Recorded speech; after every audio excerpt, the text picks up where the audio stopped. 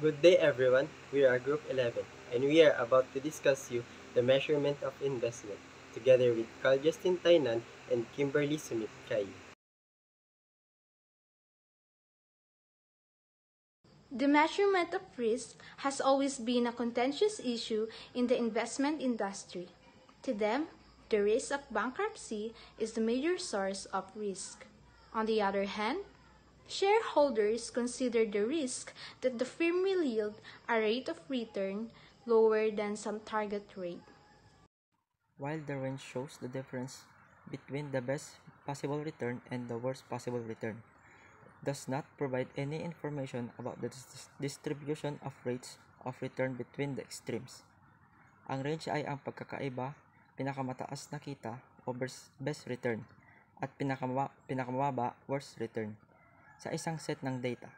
Pero hindi nito pinapakita kung paano nakakalat ang mga kita sa pagitan ng dalawang ito. Halimbawa, maaaring malakita ang agwat o range dahil lang sa isang sobrang mataas o mababang halaga, pero ang karamihan ng mga kita ay dikit-dikit lang. Average, para makita kung saan karaniwang nakafocus ang mga kita. Pangalawa, graph of charts, para makita ang aktwal na distribution ng mga kita. Standard deviation is a statistical measure of the variability of probability distribution around its expected value. It is used as a measure of the amount of absolute risk associated with an outcome and provides more information about the risk of the asset. Ang standard deviation ay paraan para sukatin kung gaano kaiba ang mga resulta sa average. Kung mataas ang standard deviation, ibig sabihin malayo ang agwat ng mga resulta sa average. Hindi tiyak ang kita kaya mas delikado. Kung mababa ang standard deviation, ang mga resulta ay magkakalapit sa average. Mas tiyak ang kita, mas ligtas. Halimbawa, may dalawang tindahan. Ang kita ng unang tindahan ay pabago-bago, minsan mataas, minsan mababa. Mataas ang standard deviation nito. Ang kita ng pangalawang tindahan ay halos pareho araw-araw. Mababa ang standard deviation nito. Sa madaling salita, ang standard deviation ay sukatan kung gaano kalaki o ang pagbabago o pagkakaiba sa mga resulta. Let's talk about coefficient of variation. The investment community agrees that expected return should increase as risk increases.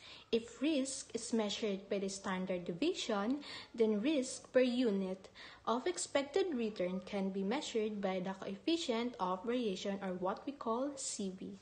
This is computed as follows. Coefficient of variation is equal to standard deviation of return or expected mean return. If investors believe that the rate of return should increase as the risk increases, then the CV provides a quick summary of the related trade-off between expected return and risk. The lower the CV, the risk per unit of return is lesser. Let's move on and let's talk about beta, another measure of investment risk. First, what is beta? Beta is a measure of sensitivity of a security's return relative to the returns of a broad-based market portfolio of securities. Beta is defined mathematically as the ratio of the covariance of returns of security and market portfolio to the variance of returns of the market portfolio. Covariance is an absolute statistical measure of the extent of two variables, such as securities moving together. Beta measures the movement between a stock and the market portfolio.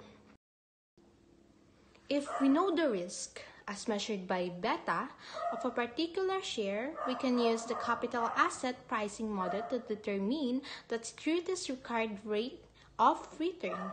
The capital asset pricing model, known as CAPM, is a model developed to help determine a share's required rate of return for a given level of risk. When a stock is held by itself, its risk can be the standard deviation of its expected returns. However, the standard deviation is difficult to use when the stock is held in a portfolio, as stocks generally are. Systematic risk is measured by stock's beta coefficient. The tendency of a stock to move with the market is reflected to its beta coefficient, which is a measure of the stock's volatility relative to that of an average stock. Beta is a key element of the CAPM, the succeeding analysis of risk in a portfolio setting as part of the capital asset pricing model, or what we call CAPM. Good day everyone, I'm Bastin Salonga and I will be reporting you the capital asset pricing model. The capital asset pricing model is a model based on the proposition that any stock required rate of return is equal to the risk-free rate of return plus a risk premium that reflects only the risk remaining after diversification.